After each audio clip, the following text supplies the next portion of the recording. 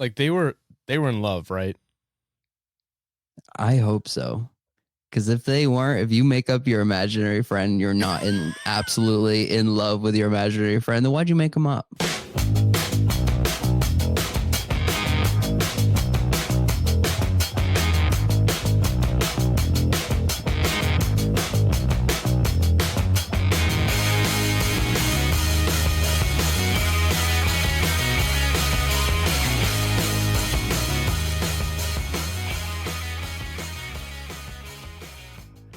Hey everybody, welcome back to another episode of Cryptid Cocktail Party, a show where we have a few drinks, share a few laughs, take a dive into the unknown. I am your host Dave, and once again, for the third week in a row, I am joined by the most handsome boy, number 2 co-host of all time, Colby Clark. What's going on, bud? What a sandwich compliment. It was good, right? The most handsome boy, but just to undercut you a little bit. You are number 2. Hey, that coming was after you, Nick. That was spoken by the fans. I had no say in Right. this. You're always my number 1. Right. You're my ride or die. I mean, if My sweet I'm boy. anything, I want to be a man of the people. So, if the people have spoken, then they've spoken. But, Nick, I'm coming for your ass. Oh, so you call yourself a people pleaser then? I mean, is that what a man? Is that what a man of the people means? I have no idea. Way to twist my words. Yeah, right. Name 3 people that you've pleased, Colby. All right. All right, calm down. Good God. It's fine. But no, how you doing, bud? I'm doing good. I'm doing good. You're looking good. Yeah, I'm just hanging at the house. Thank you. I showered yesterday. Is that why your hair looks so luscious today? That's probably why. It looks good. Look at them locks. Appreciate it. Yeah. Thank you. How are you? I'm doing all right. I got sorry, long story. Kind of long story. So we have mice, not like as pets. They're just at our house, and Right. so Unwanted. So we got like these like have heart trap things where they just go in and like a door shuts behind them and they're in there. So we've been trying to capture this mouse, and we decided that if we catch it, it's too cold to let it outside because we're bleeding hearts. And so we bought a cage, all this stuff for it, and then when we finally captured the mouse, it got out and ran away, and we haven't seen it since. So yesterday we were like, well, we got to return all this shit to Amazon because we bought a lot of stuff for this fucking mouse. Well, it's probably a good thing. Yeah, I said, oh no, and then I was like, well, didn't you want to let it go? Yeah, but anyways, so Kind of. so we were in the process of like just starting the Amazon returns, and then Allie just goes, well, what if we just got a hamster? So now we have a hamster. Yes. It's a What a turn of events. a Syrian dwarf hamster, and we named him Gimli after the dwarf from Lord of the Rings. Perfect. It's cute. Love it. Oh, how's your cat doing? You got a new kitten? You have a name for it now? Yes, we do. I mean, I've been saying Bram, as in like Bram Stoker, because he's a little vampire. Yeah. Creature of the night. However, it might be Brom. I said Brom. Which comes from Abraham. I told Allie, I was like, oh, they named it Brom after Bram Stoker. She's like, it's Bram. But I think it's Bram Stoker, isn't it? Okay, all right. I'm 100 Is this like niche? Is this? I thought it was like Brom. the word niche. Yeah, it's like niche or niche, but it's definitely niche. Exactly. But also, Yeah. All right. I think it's Brom. When you sent it to me, that's how I assumed it was. Really? Okay. Yeah. All right. Maybe it's both. Maybe it's like that fucking dress. Or is it Bram? Fucked up the world. Is it Bram Stoker? It's Bram Stoker. I feel like I've always said Bram Stoker, and when we liked the order of letters that made, we were pronouncing it as Bram. What the fuck Like, does that mean, Colby? Because I can't say that word because it has different meanings, right? It has different pronunciations. You can't say Bram. So I say that order of lettering, or Yeah. the order of letters, The way the word's spelled comes out to be what we want. What we liked when we saw it was Bram. What we thought in our heads was Bram. You're going to have a kid one day and you're going to be like, well, the orders of letters is this way, but we pronounce it this way. It's going to be like fucking like a Skylar situation, but it's like SKYLLAUR. So We're just gonna have his middle name be constantly changing to like revision 1, revision 2, revision 3. you, Because we never come up with a fucking solid name for him. you're gonna have to pay for so many social security cards. That's fine. That's it. Did you know that there are illegal names? Like what? Huh? Isn't that cool? So in That's not different real. countries, there are names that are illegal that you cannot name your child. Okay. How cool is that? Is there? That's bonkers. First of all, and Yeah, exactly.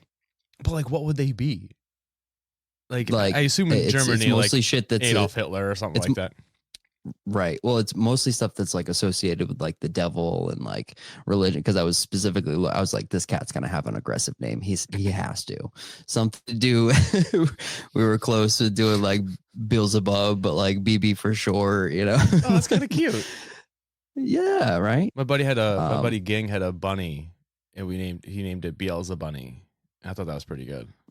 Oh, that's good. Beelzebub That's real good. for short. Not that Yeah. short. Yeah. Oh shit. All right, Colby. Well, I'm glad the cat has a name now, and it's not just cat at this point. Yeah. That's good. Yeah. I'm happy for you. And also, I also wanted to ask because Tim, a coworker of mine, he listens to the show, and he's been very concerned that this cat doesn't have a name yet. So he will listen to this, and hopefully it'll put his mind at ease. He's not just like staying awake at night, just curious and wondering and scared that this cat is nameless. Unnamed kitty. My thoughts are with you. Okay. All right, Colby. So for the past 2 weeks, we've been talking about the Mothman. We talked about Yeah, we have. Cornstalk, his curse, and then we talked about the Mothman sightings. We didn't go through all of them because there's a shit ton of them, but we did go through a few, like the fun ones at least. There was a bunch that were like, it was a big owl called Big Hoot, not Bigfoot, Big Hoot. They have some people said it was a crane. It's a whole thing. But now we're gonna get into the weirdly weird nitty gritty bullshit. Now, initially, I was going to do an episode after this, but I think this is a good closing to our Mothman series because I wanted to do an episode on the Men in Black, but I feel like that deserves like its whole thing because the Men in Black, when I started looking into it, are fucking wild. So today, we are going to go over what I consider the weirdest part of the entire Mothman universe, like extended universe, I guess. I don't know how else to describe it. And that is an encounter between a man named Woodrow Derenberger and Indrid Cold. Great names. Which one? Both. They're both pretty good names. I've heard Indrid Cold. Indrid Kolb. You kind of look like the description of Indrid Cold is kind of you're. That's the T-shirt. It's just my face on it. This is Indrid Kolb. Bro. New merch dropping soon. What was the other one? The burger name? Woodrow Derenberger. He goes by Woody. Even better. Yeah. Love it. It's good. So you've heard of Indrid Cold, I assume, kind of. I mean, at least from me saying it to you. Only from you. That tracks. I am the perfect specimen to tell cryptid stories to. Yeah. Because I don't know most of them. This isn't really a cryptid, though. And also, it doesn't really have much to do with the Mothman. It just so happened that this was happening pretty much in the same time frame as when the Mothman was happening. But we'll get into that. Are you ready to hear about Woodrow Derenberger and his encounter with Indrid Cold? Super ready. Okay. Absolutely. Let's get into it. All right. Let's do it. Woodrow Derenberger was a sewing machine salesman from Mineral Wells, West Virginia, which is about an hour east of Point Pleasant, or as you so aptly renamed it, Point Pleasure. Oh, yeah. Big time. And I couldn't find anything, literally anything about this town besides that it was east of Point Pleasant. The reason being is I don't think this is technically a town or a city or even like an unincorporated township. According to the U.S. Census Bureau, it's what is considered a CDP or quote census designated place, which I don't 100% know what it means. Hmm. The definition of it is a concentration of population. So it's possible that it just means that like it's just a bunch of people set up shop in an area and the government just needs to keep tabs on them or something like that. Right. Yeah. Does that make sense? Yeah, it's like one of the what's the other name for that? Where I mean they were popping. It happened in Philly, and they fucking like bombed the shit out of it. It's just like these free. Yeah, it was terrible. Are you talking about when? Never mind. Where they just say, yeah, this is our zone, something zone. Oh, you're talking about like in Portland. Yeah, that one as well. Yeah, kind of, but it's not inside of another city. This is just like a fucking area. It's grandfathered in. Sure, but yeah, but anyways, on November 2nd, 1966, just 2 weeks before that first initial Mothman encounter between the two couples that were drag racing around the TNT area. At around 7:30 p.m., Woodrow Derenberger was driving home from Marietta, Ohio after a long day of hawking sewing machines. He was driving down Route 77 around Parkersburg, West Virginia, just before the Route 47 juncture, when he says that he saw a car just blow past him. And then following closely behind that car was a 30 to 35 foot metallic cigar-shaped craft that Derenberger described as looking like the chimney to a kerosene lamp and being almost like a charcoal color.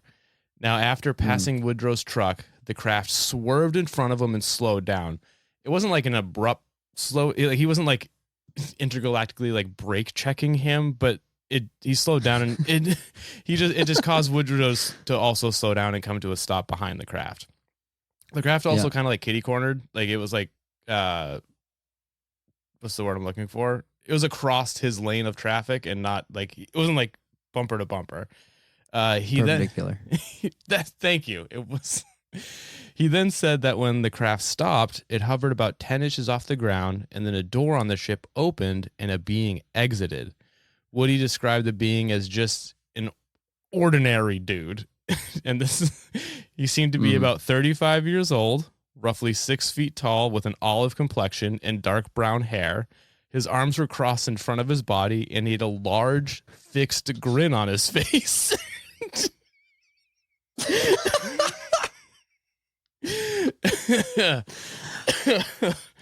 So, I mean, yeah. One day this will all be mine.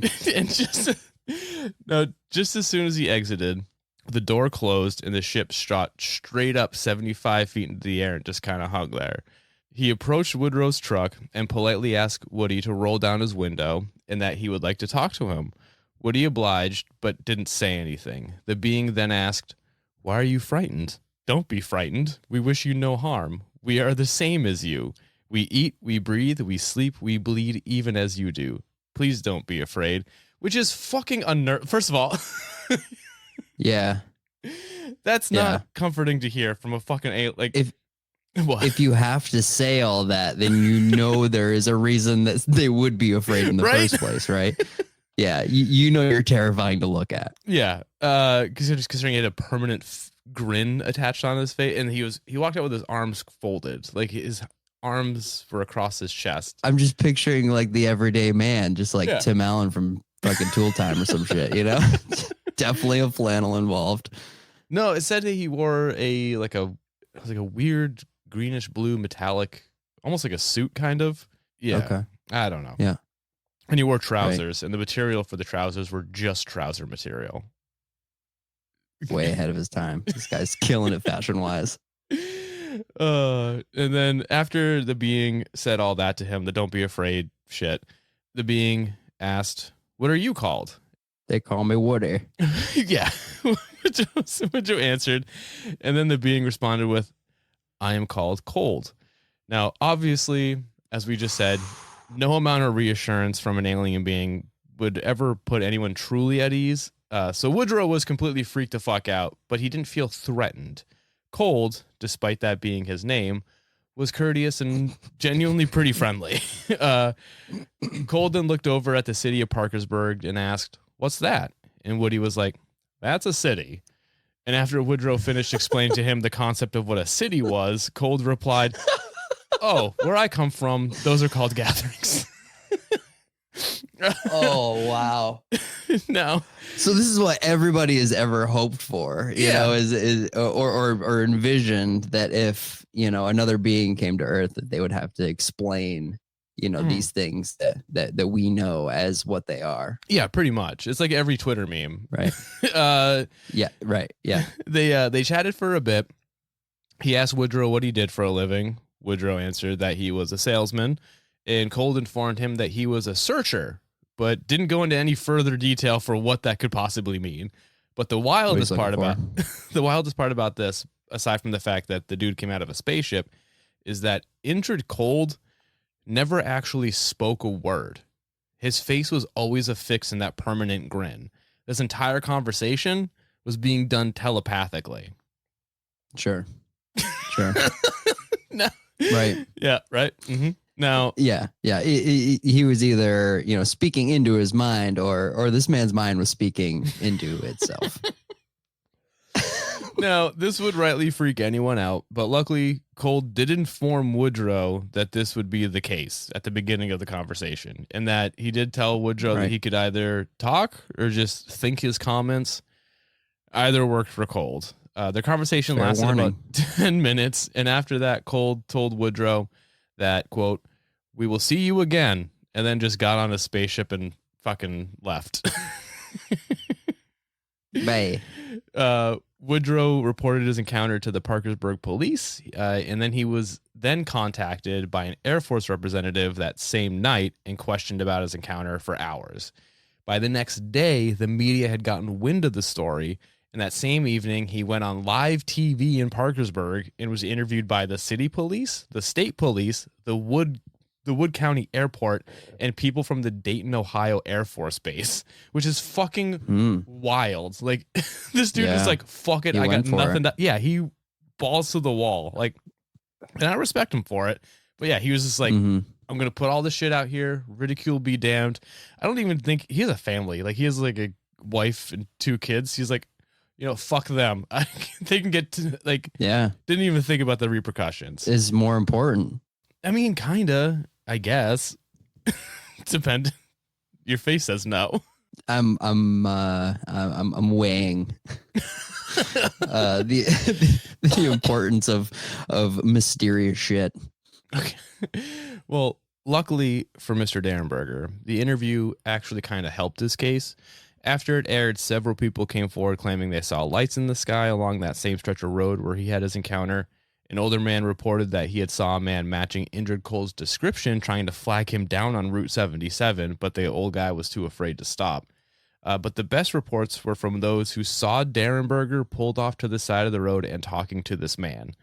Because remember, this took place on an active highway at 7:30 at night. So people were driving up and down this road. It's not like it was like 3 a.m. on like a backcountry road. Like, people saw this shit go down. Right. And his story was huge news in the area. The Parkersburg News covered this story and the stories of anonymous witnesses for almost 3 weeks. He was interviewed by not only John Keel for his book, The Mothman Prophecies, but Gray Barker as well, who was another UFO researcher of the time. Now, Colby, this would be a cool story if this was it. Just a weird one-off alien sighting. But according to Woody, his encounters didn't end there. While driving home from the interview the day after the sighting, Woodrow claims that Cold reached out again, but this time entirely telepathically. Like, Cold was nowhere around. He told Woody that his name was Indrid Cold, that he was from a planet called Lanulos.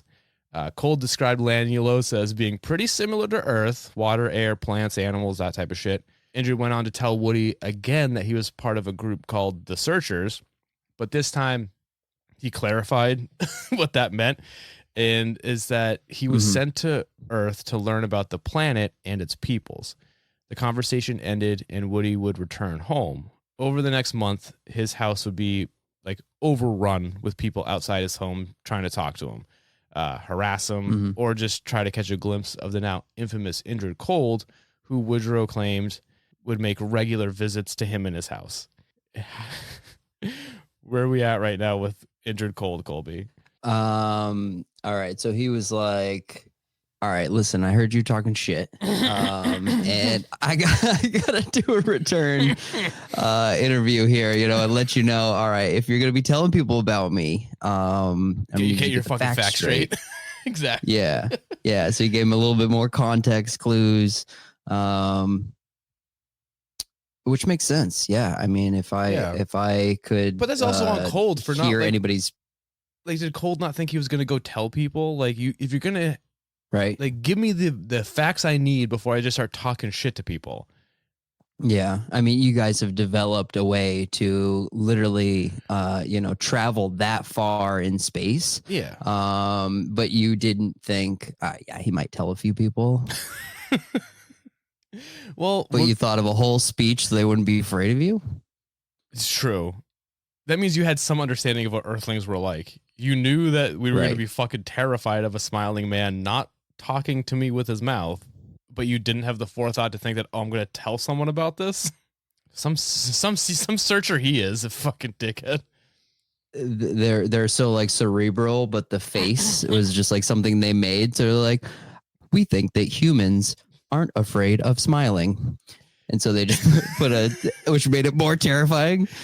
Yeah, well, he doesn't stop smiling. Well, that's the thing with like, obviously you're not like super versed in like UFO encounters or stuff like that, and like alien encounters or interdimensional being encounters. You might be now that you've been on the show a bunch of times, but one thing that I've learned from aliens and otherworldly beings is that everything they do to try to put humans at ease usually always has the exact opposite effect. Like, it's never good. Like, they try to look human and it's just off a bit, like fucking Tom Hanks and the Polar Express kind of thing. Like, it's human, but it's not. The Men in Black water sugar scene. Where yeah. Like, it's human, but it's off. It's not good. Yeah. All right. Yeah. It's close. Let's get back. Let's get back to Woody and what he's been dealing with since this encounter. The family would receive strange phone calls, mostly just odd beeps and electronic screechings or hums. Other times it was threats to stop speaking about his encounters. The family even changed their number to an unlisted one, but the calls kept coming. My theory is that this was the Men in Black, because this is classic Men in Black behavior, kind of just like trying to make you go insane so that no matter what you say seems less credible kind of thing, if that makes sense. Right. It's like gaslighting in like a weird way.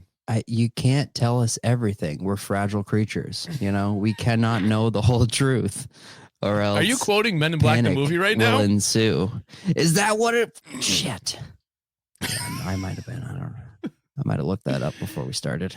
Now, this activity went on for months, and his wife and kids were not cool with the situation. His wife did say that she encountered Indrid Cold a few times. Same thing with his kids. The kids were being harassed at school. His wife was getting the same kind of treatment, being called a liar and just not nice things. So she took the kids and moved to Cleveland, and shortly after divorced Woodrow. Damn. Now, from here on, Woody and Indrid Cold became lifelong friends. They would communicate telepathically, or Indrid would come for a visit, and even sometimes bring friends along with him from his home planet Lanulos. And they pretty much just came to like brag to Woody about how much their planet rules and Earth kind of sucks. Nah. All right, hold on here. They're like, yeah, it's great. Is that what Woody said? Pretty much, yeah. Woody also eventually met Indrid's wife. Can you guess what her name is? So I'm just guessing based on like no context, just what her name. Yeah. What is Indrid Cold's alien wife? Oh, the alien wife. Yeah. Right. Yeah. Something very like, I am a human. Kind of, yeah. Yeah. Yeah. What's the most popular like middle name? Lynn, or like Anne, or like something like very kind of close. Her name was Kimmy. Okay, all right. But not Kim or Kimberly. Nope, Kimmy. They did the Kimmy. Yeah. Real casual. Yes. Hey, I'm Kimmy. I'm a human. What's going on? Hey, Kimmy. They saw that on an intergalactic broadcast of like Saved by the Bell or something. I don't know. Yes.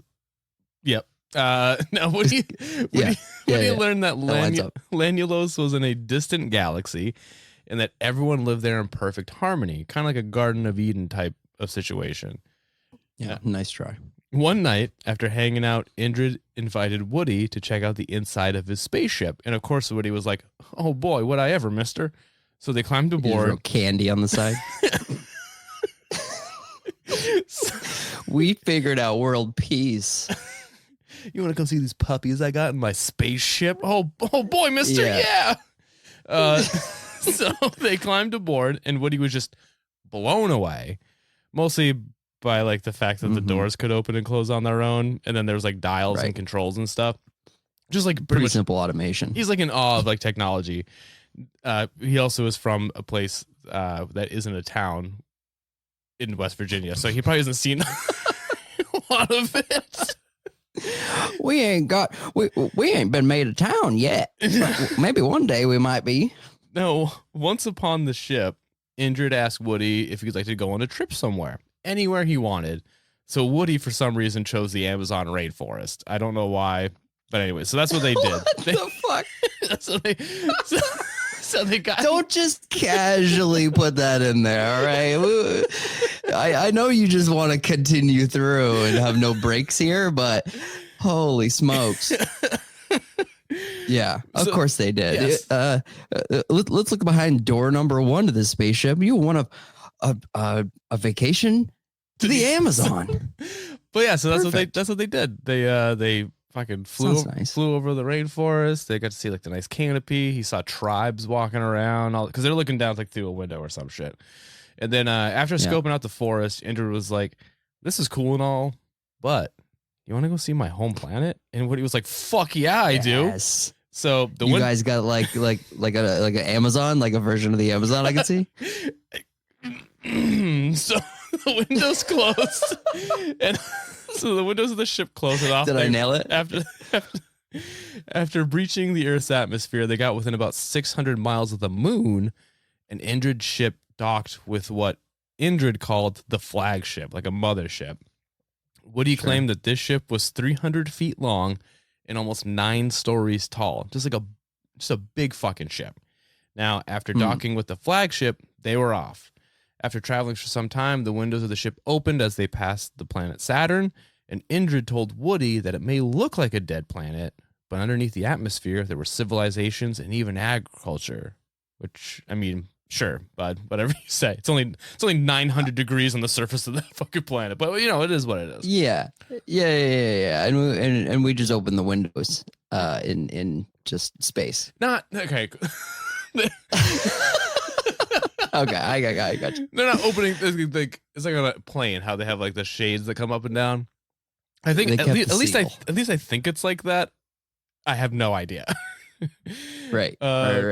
But mainly he's like, yeah, no, there's shit going on over there. Mm-hmm.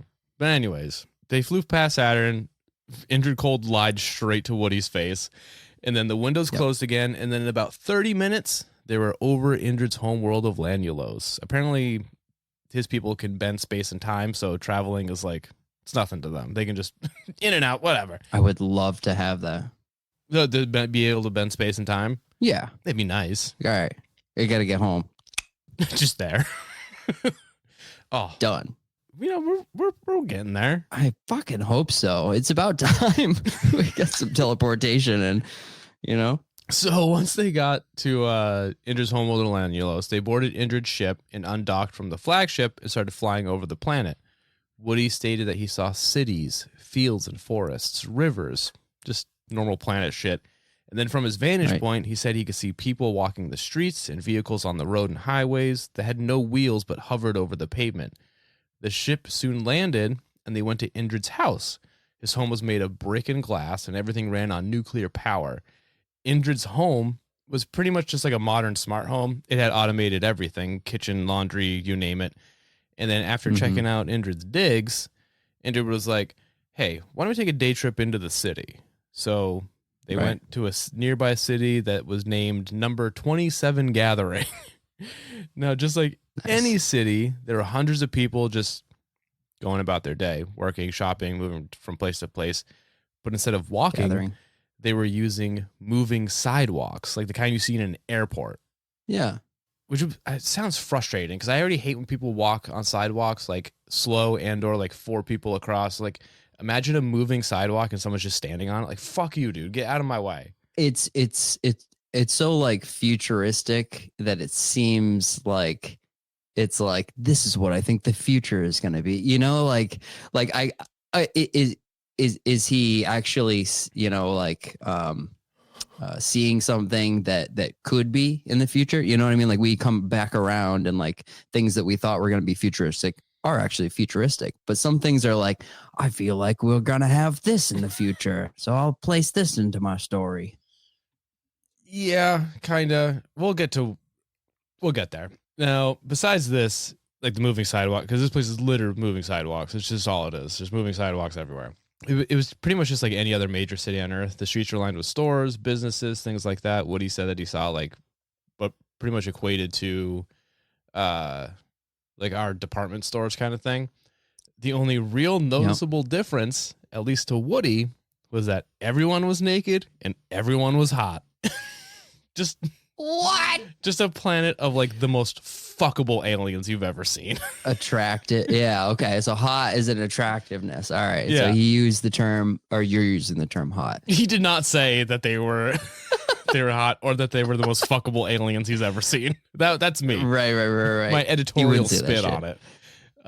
Perfect. Okay. All right. Now, according to Indrid, the Lanulosians, which is what they're called, had the belief that they wanted to be seen as God intended and only wore clothing when it was exceptionally cold or while they were dancing. Now, I don't know if Indrid means like, I don't know their religion. Like, is it Christian God? Like, do we have the same God? Like, did they have a Jesus? God don't make no junk, you know? I fucking hate you so much. That's the view, you know, God don't make no junk. I mean, it's fair. Well, yeah. Woody, not wanting to offend, decided to disrobe himself. And nice. He felt a little self-conscious because he was a little overweight. And then Indrid informed him that the people of Lanulos are physically human, but because of their healthy lifestyle, they eat mostly like fruits, vegetables, and seafood. They live to be anywhere between the ages of 125 and 175 years old. Their society is focused on happiness and understanding. The children are in school until the age of 28 and are free to choose any job they want after finishing and can change careers at any time, which is wild. Commie bastards. Oh, you want to get into communism? Their economy also worked a little bit different. People weren't paid by their skills or experience, but instead were paid according to the size of their families and the basic needs to provide for them, which I mean, isn't a bad, that's pretty good, right? That's crazy. So you're telling me that Bernie Sanders traveled through time so that just to spread the word. Mm-hmm. Damn. Okay. I mean, it sounds like this guy just had some good ideas and he didn't know how to tell people about it. It's like, I feel like we might get into that a little bit at the end here. Now after sure. I'm getting ahead of myself. After his visit to Lanulos, and you know, I'm sure he had to have gotten freaky with one of those aliens, I assume. I don't know. But anyways, when he returned home, all sexy. They're all just fuckable. Yeah. Now after his visit, oh my god, and Woody returned home, he had another encounter with 2 different humanoid creatures that were decidedly not as friendly as Indrid. Apparently, Indrid's home planet of Lanulos wasn't the only inhabited world in the universe. One night, Woody and his friend Jim were out looking for UFOs in a spot where they can sometimes be spotted. Well, that night, they got lucky enough because a little bit after they arrived, a UFO landed in a field nearby, and they saw 2 humanoid figures step out of the craft. Woody and Jim started walking towards them, figuring they must be Lanulosians, but then Woody noticed Indrid and 2 other Lanulosians named Carl Ardo and Demo Hassan. walking Whoa. in from the other direction. Indrid telepathically informed Woody that these beings were not from Lanulos and that him and his crew were going to flank these other beings, but Woody needed to cause a distraction. So Woody did No. what? I don't know those motherfuckers. I do not know them. Hold on. Woody. Slow down. Now listen, I need you to distract them. I know he's grinning and all, but let me be real with you. The grin was just a thing we did that we thought you guys would like, and he's not us. He's not us, man. So Woody did just that by starting an argument with Jim, like a fake argument, to try and draw the other two humanoid-looking people away from the attention of Indrid and what was the other guy's name? Carl and Demo. Demo's an explosive guy. He deals with all the, and that's where they got the idea for Ocean's 11 to have a demo guy. And I was just gonna say Indrid crewed up like it was Ocean's 11.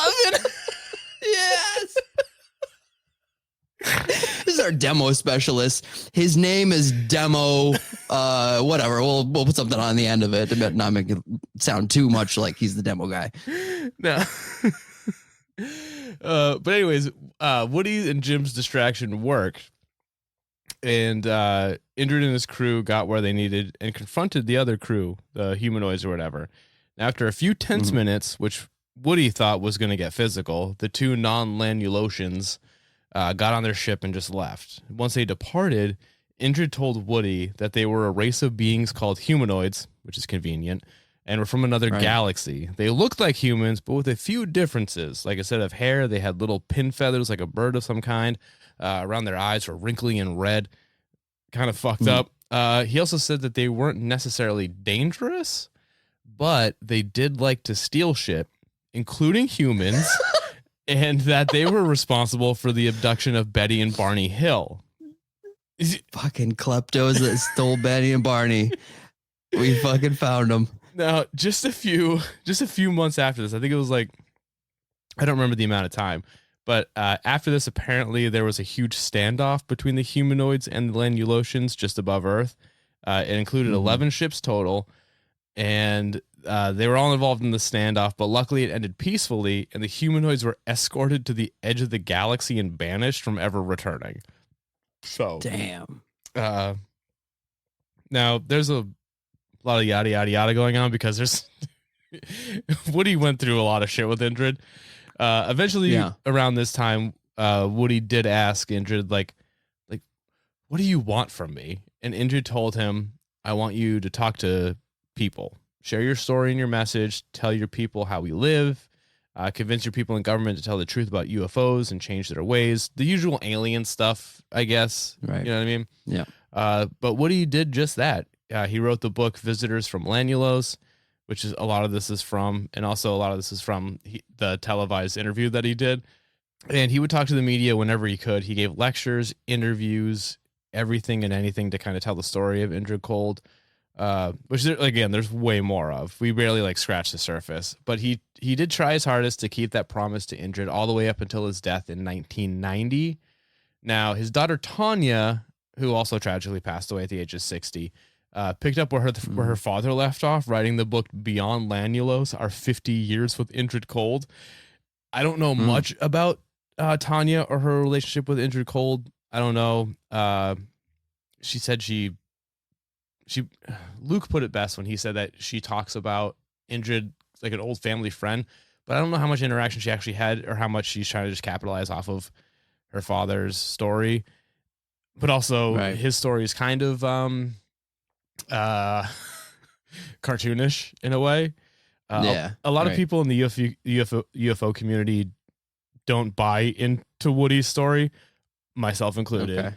I do think something happened to him on that first night, and the weird phone calls and the Men in Black stuff, and getting harassed and his wife leaving him. That I do believe is true. As far as anything past that is up for debate, and it's not a debate that I want to be a part of. Now it is important to note that Woodrow did go see a psychiatrist and was deemed A-OK, which I don't know what that was supposed to prove. It was supposed to prove that he wasn't crazy, which I mean, cool, but that also proves that you could just make all of this shit up. You know what I mean? Yeah. Right. And even John Keel, who interviewed him for the Mothman prophecies, he also wrote the foreword for Woody's book Visitors from Lanulos. He didn't believe him at all, but but he did state that whether you believe him or not, it doesn't matter. He believed that what he was telling was the truth and deserves to be heard. And that is the story, or part of the story, of Woodrow, Derenberger, and Indrid Cold. How are you feeling, Colby? I want you to give me thoughts, feedback, theories. How are we feeling? Yeah, no, I think you're kind of spot on with the interpretation of it, but maybe something did happen, something real happened, but he was in shock after that. Maybe he had some PTSD. Maybe it got worse, and it made him kind of dive further into what in the world this could be. I mean, it's clearly like something that doesn't just happen every day, you know. And maybe his brain reacted in a different way, and he was like, you know what, I'm gonna be a bomb ass sci-fi writer. I'm gonna be the next Asimov, you know, like let's go. Well, you're kind of taking this. So I was talking to Luke Ferry about this before, and because my I haven't talked to him in a while, and I just sent him a random message on Instagram just being like, so Woody Derenberger is kind of full of shit, huh? Yeah.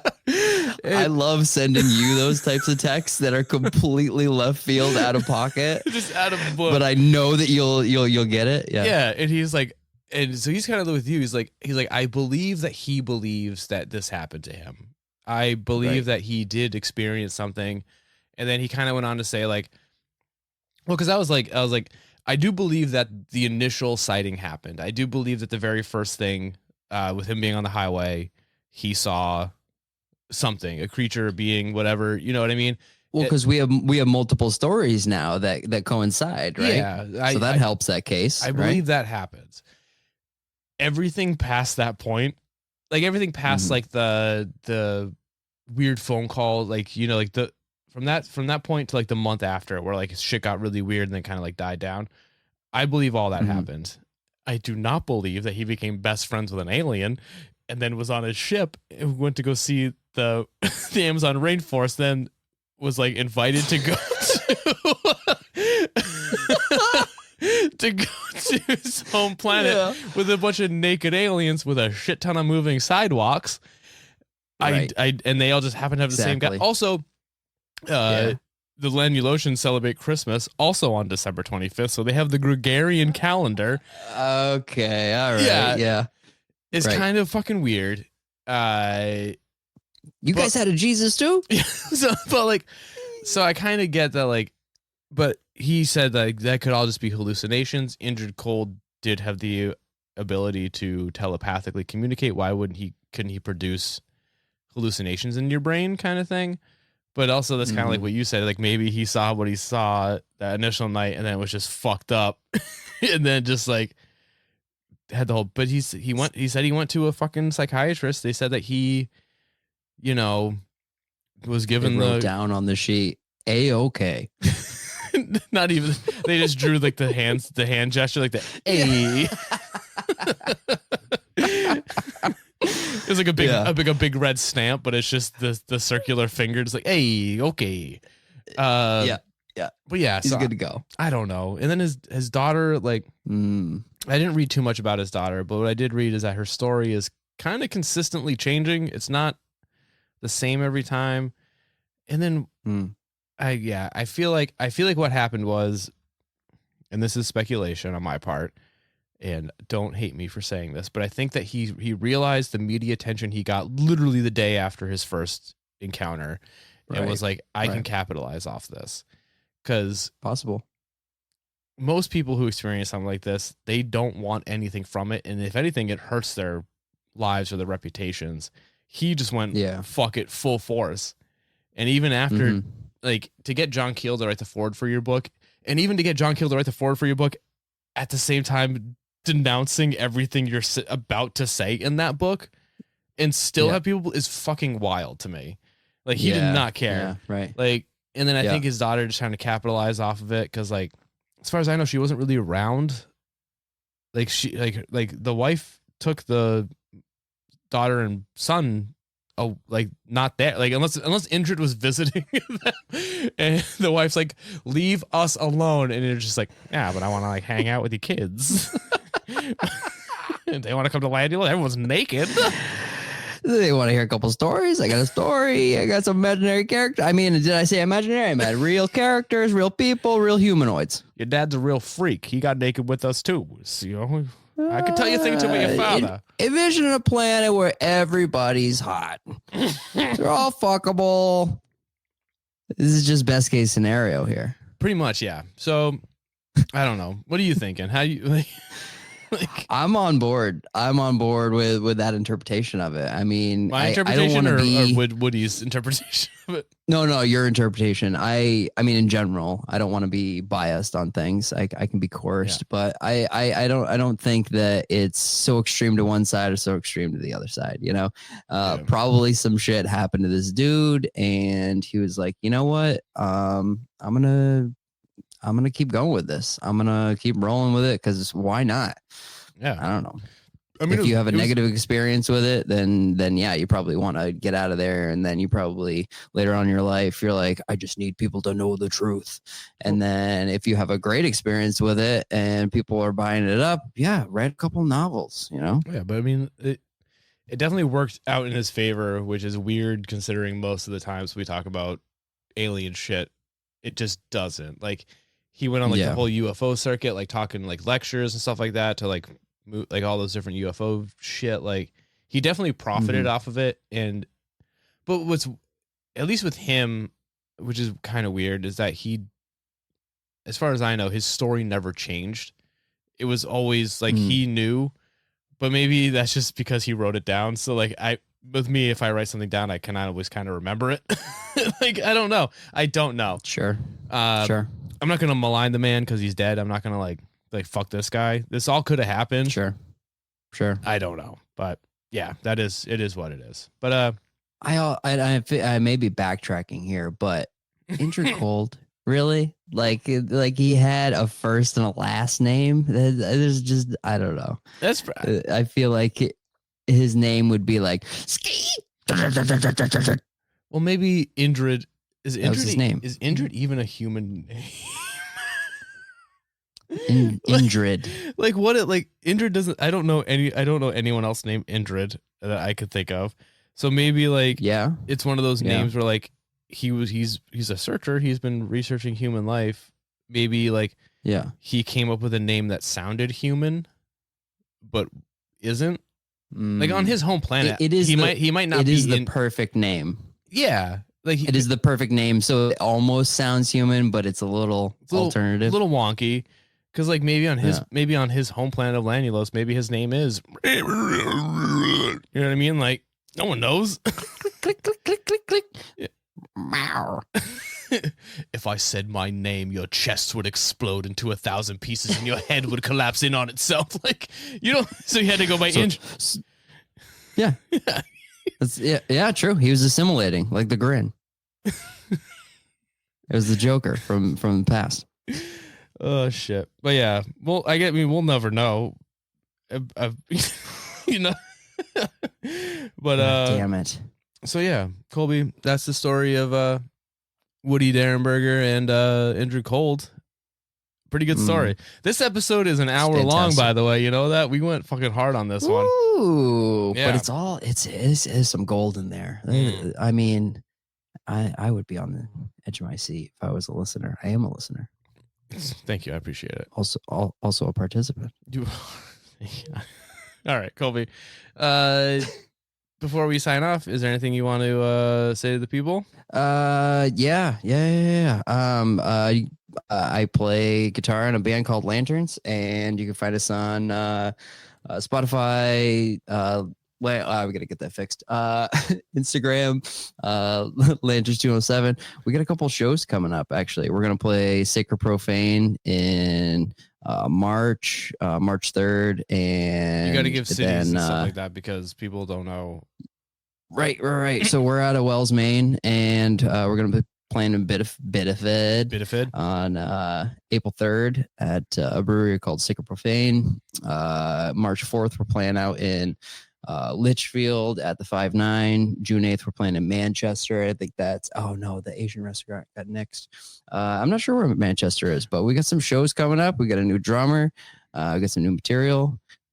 Bang. Hell yeah. And Lanterns is LNTRNS 207 on Instagram. And Spotify, Correct. you haven't changed it up. So if they want to find your songs, it's got to be Lanterns Last Light. I'll put a link in the description just so people can find it easier if they care at all. Who the fuck knows? No one's probably no one's probably even listening this far into the episode. That's how you sort out the people that don't really want the information. If you want to follow us on Instagram, it's Cryptid Cocktail. If you want to follow us on TikTok, it's Cryptid Cocktail Party. Also, I started a Discord server. It's if you want to join it, I have no idea how to run a Discord or what people want to talk about, so I made a bunch of generic channels. But you can find the invite link on our Instagram, right in the thing where it says links in your profile. I don't know. Linktree, maybe? Yeah, it is a link tree. That's what it is. No, it's all my links. Either way. Go. If you want to donate to the show, help me buy beer.